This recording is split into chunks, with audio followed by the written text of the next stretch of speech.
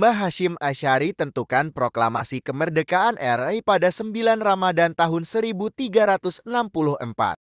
Peran ulama pesantren yang cukup sentral membuat seluruh komponen pejuang kemerdekaan Indonesia tidak ingin melepaskan diri dari bimbingan para ulama. Hal ini dibuktikan ketika para pejuang nasionalis seperti Bung Karno, Jenderal Sudirman, Bung Tomo, dan lain-lain senantiasa sowan ke Mbah Muhammad Hashim Asy'ari dalam memutuskan segala sesuatu yang berkaitan dengan kepentingan bangsa dan negara. Meminta nasihat, saran, dan masukan para kiai bagi para pejuang merupakan hal penting karena segala sesuatunya tidak terlepas dari rahmat dan ridho Tuhan Yang Maha Esa yaitu Allah.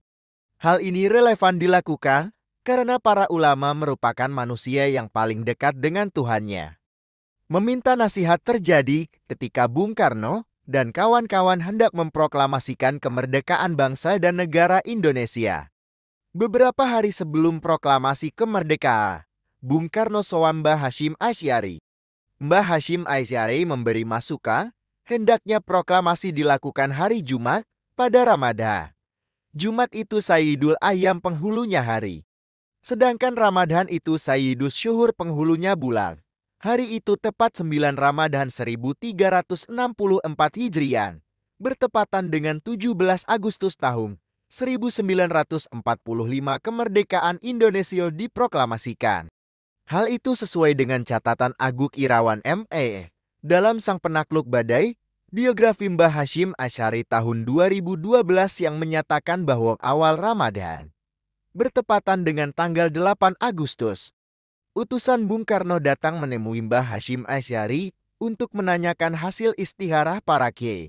Sebaiknya tanggal dan hari apa memproklamirkan kemerdekaan. Dipilihlah hari Jumat Sayyidul Ayyam tanggal 9 Ramadan Sayyidus Syuhur 1364 Hijriah tepat 17 Agustus tahun 1945. Dan lihatlah apa yang dilakukan Bung Karno dan ribuan orang di lapangan saat itu. Dalam keadaan puasa semua berdoa dengan menengadahkan tangan ke langit untuk keberkahan negeri ini. Tak lama dari itu, sahabat Mbah Hashim semasa belajar di Mekkah Hijaz yang memang selama itu sering surat menyurat. Syekh Muhammad Amin Al-Husaini, Mufti Besar Palestina, untuk pertama kali memberikan dukungan pada proklamasi kemerdekaan Indonesia. Keterangan tersebut menunjukkan bahwa pemilihan Hari Kemerdekaan Indonesia dikonsultasikan terlebih dahulu kepada Mbah Hashim Asy'ari. Lalu Mbah Hashim mengumpulkan para ulama secara bersama-sama untuk melakukan munajat kemudian istikharah, agar Allah memberi petunjuk hari yang tepat.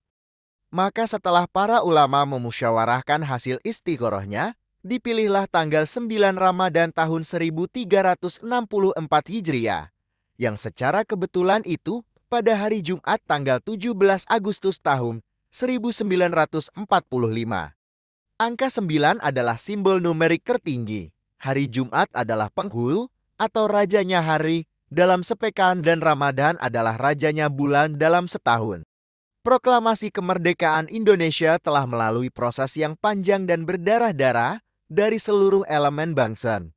Selain pertempuran militer dengan pihak penjajah, para pejuang seperti Bung Karno, Bung Hatta, Kiai Wahid Hasyim, Kiai Wahab Casbullah, dan tokoh-tokoh lainnya juga melakukan langkah diplomasi. Diplomasi tersebut tidak hanya berhenti di tataran dalam negeri, tetapi juga luar negeri. Sehingga kemerdekaan Indonesia kala itu langsung mendapat dukungan banyak negara di dunia. Diplomasi luar negeri dilakukan oleh Mbah Hashim Asy'ari sendiri dengan melakukan korespondensi dengan Syekh Al-Amin Al-Husaini.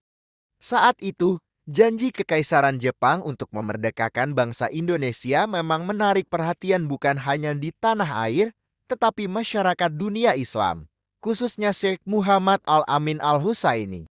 Sampai pada 3 Oktober tahun 1944, Chairul Anam dalam Pertumbuhan dan Perkembangan NU tahun 2010 mencatat, Syekh Al-Amin Al-Husaini yang merupakan pensiunan Mufti Besar Baitul Muqaddas Yerusalem, yang ketika itu juga menjabat Ketua Kongres Muslimin Sedunia, mengirim surat teguran kepada Duta Besar Nippon di Jerman, Toshima, Kala itu Syekh Al-Husaini sedang berada di Jerman.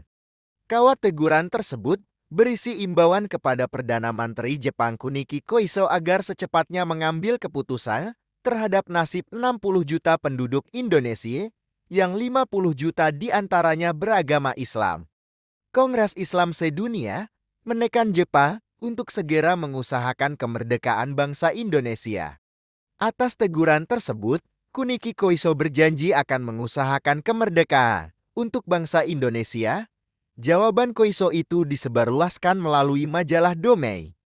Kawat teguran dari Syekh Al-Amin Al-Husaini tersebut sampai kepada Hadratus Syekh Hasyim Asy'ari. Ia selaku ketua Masyumi menerima tindasan kawat teguran tersebut.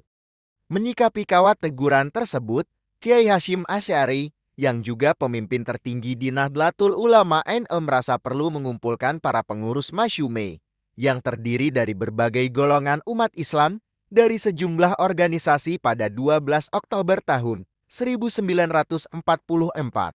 Mbah Hasyim Asy'ari selaku pemimpin NU dan Masyumi segera membalas kawat tindasan Syekh Muhammad Al-Amin Al-Husaini yang telah membantu bangsa Indonesia dengan menegur Perdana Menteri Jepang Kuniki Koiso tersebut. Catatan sejarah tersebut merupakan salah satu upaya yang dilakukan oleh Mbah Hasyim Asy'ari untuk mempersiapkan kemerdekaan bangsa Indonesia dari sisi diplomasi internasional. Selain itu, Kiai Hasyim dibantu para kiai lain juga menyiapkan pasukan santri yang tergabung dalam Laskar Hizbullah dan Sabilillah untuk mengantisipasi kemungkinan perang pasca kemerdekaan diproklamirkan. Kemungkinan tersebut terjadi sebab tentara NSCE Belanda yang menumpang sekutu hendak kembali menguasai Indonesia setelah Jepang takluk kepada tentara sekutu.